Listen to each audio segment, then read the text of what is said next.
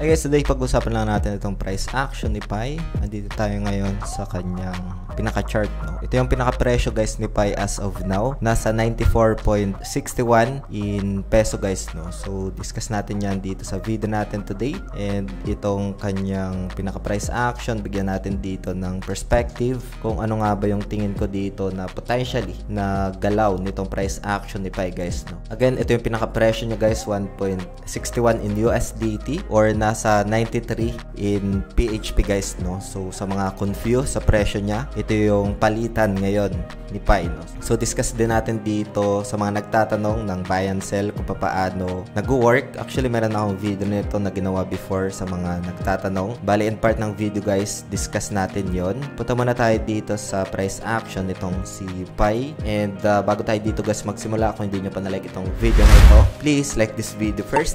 Subscribe nyo yung YouTube channel natin, turn all the bell icon para ma-notify kayo dito sa mga updates natin na ginagawa sa ating YouTube channel guys, no? So for now, naka 5 minutes time frame tayo dito. Puntahan muna natin sa 1 hour time frame guys, kasi ito ay meron na siyang pinaka chart, no? So nakikita natin dito yung mga probabilities na pupuntahan ng price action.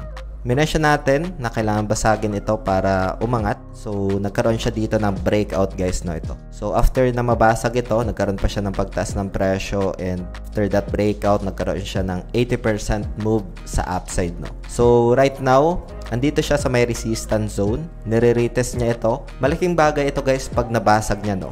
If ever naman na hindi niya kayang basagin ito at ma-reject lang, maumpog lang siya dito, high probability na magkaroon ng pagbagsak ng presyo ulit, no? So, tingnan natin guys, no, kasi as per checking sa price action, nare-reject na ito, no? Yung pinakamagandang buying dito, I think merong mga nakabili as per checking sa comment. Again guys, itong video natin today is just for ideas lang, an update, and does not qualify as an investment or financial advice. I'm just sharing my experience dito.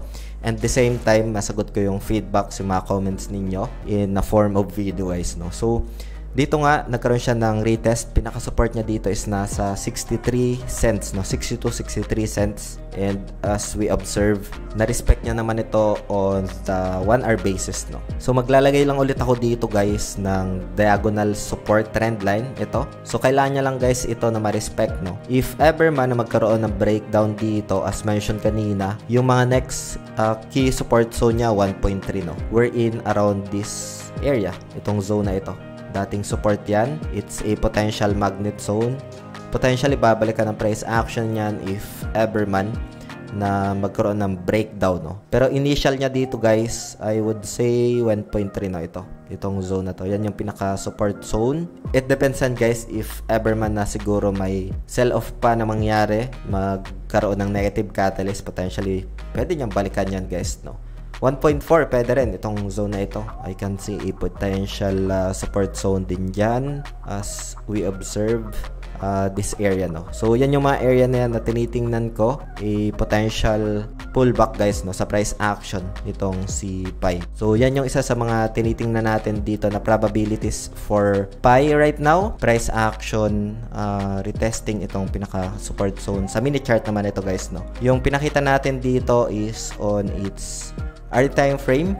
Different yung pinaka-structure ng price action ng chart, no, sa mini chart. So, ito yung naging update natin as of now kay Pi. We'll see. So, ito yung mga zone na minention ko dito and a potential areas, no. Like, for example, magkaroon ng breakdown. There's a probability na balikan nyo yung pinaka-support zone niya dito. So, we'll see guys in the next coming hours, no. We'll see. And, meron tayo ditong ideas guys sa mga nagtatanong, no, kung paano dito mag buy and sell ideas gamit yung cellphone. Lalagay ko na lang guys dito sa screen, and hope you get some updates dito kay Pi. Ano yung recent price action, recent price update guys, no. So yun lang for today. Maraming salamat ulit sa panunood. Ingat tayong lahat. Peace out. Bye for now.